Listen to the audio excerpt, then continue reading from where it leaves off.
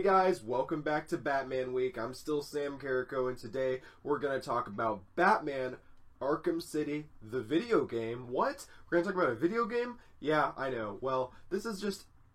I recently wanted to reapproach it, of course, because I've been trying to look at, of course, the Batman and the Joker kind of pivotal stories. It all started with The Killing Joke, and then I've been taking a look at some other areas of and then it's taken me to this Batman and the Joker story that is Arkham City. It's the sequel to 2009's Arkham Asylum, which really, because before that, Batman games were not really existent. There was the tie-in Batman Vengeance that I played as a kid. I enjoyed that, but there's some other areas, I don't know, like Lego stuff maybe? I don't know. So this was a new thing whenever they were able to bring kind of a gritty feel. There was a Batman Begins tie-in game that I heard was pretty good. Peyton Grufick told me it was pretty good. If you haven't checked out Peyton's Ghostbusters review, by the way, check that out.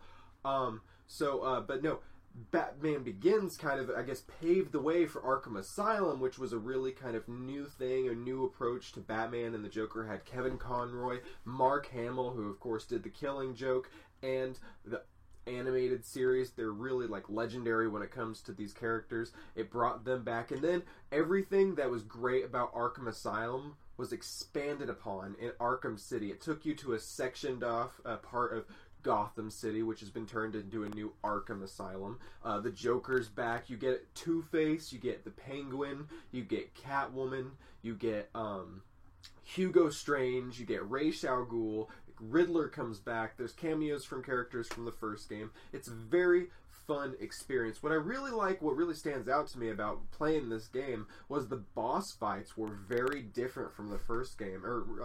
When I say what stands out to me is what initially stood out to me, and then what I'm reflecting on from the first. It's been 5 years since this game's come out, so this is kind of me revisiting it. But the boss fights are really different. I really liked, especially two parts that stand out, is the Mr. Freeze boss fight. It's fantastic, different, unique compared to... in the first game, it was just a bunch of Titan characters who you just kind of did their same old stuff to just take them down and occasionally throughout the game until you had to do it ad nauseum at the end, and that was the finale.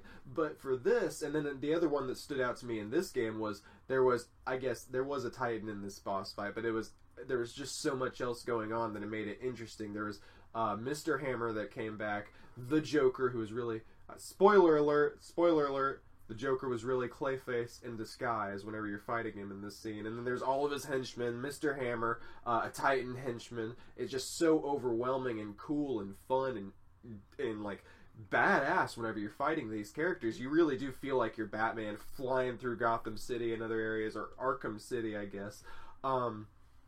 This game is really fantastic. It's this version of the Joker as well, this sickly dying. It's a new unique spin on the Joker. One of the criticisms though that I've heard for this game is that it's a find the cure kind of mission with Arkham City, kind of that whole plot like layered over it. And I kind of see what you're saying, and it's really fine because you could do this plot in Gotham City. You could have a lot of it. You could take out all the Arkham City stuff, and it'd still be a fun game.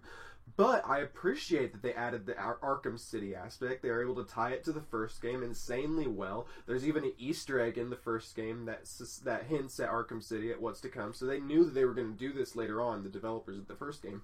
So that was very cool. I love that Mark Hamill and Kevin Conroy did this. It was Mark Hamill initially. It was his last laugh as the Joker before The Killing Joke came out. And he was like, I want to do The Killing Joke. Wah wah. So that was pretty interesting. This game is fantastic. A couple other flaws that I'm trying to think of. I don't know. Harley Quinn's kind of wasted, and I would like to see more Two-Face. That's about it. I'm sure I'll think of some other stuff that... I didn't play as the Catwoman. I didn't play as Catwoman really. I did occasionally whenever I first got the game like 5 years ago, but I didn't play it this new go-around.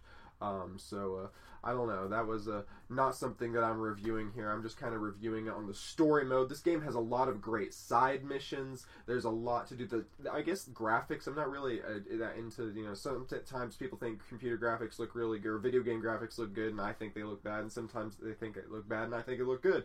In this case, I like this. I actually like the Arkham City character designs more than the Arkham Knight character designs for PS4, which is supposedly better, but, whatever. I think this is the best Batman game to date. I think it's really one of the best incarnations of the characters Batman and the Joker. So I think you guys should check it out if you haven't yet. So this has just been me gushing about Batman Arkham City for Batman Week. If I had to give the game a review, I'd probably give it a 9 out of 10. It's a fantastic game. It's fun to play. Just if you're going to play it through the story mode, or if you just want to play on and fight some henchmen or something like that, you can do that as well.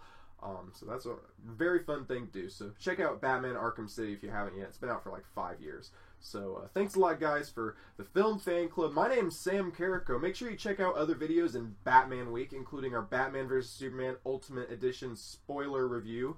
We also reviewed Batman the Killing Joke, like I mentioned. We did a podcast yesterday talking about the best and worst Batman movies. And we got the Suicide Squad review coming up tomorrow, finally. So I'm Sam Carrico. You can follow me on the various social media sites, like I said.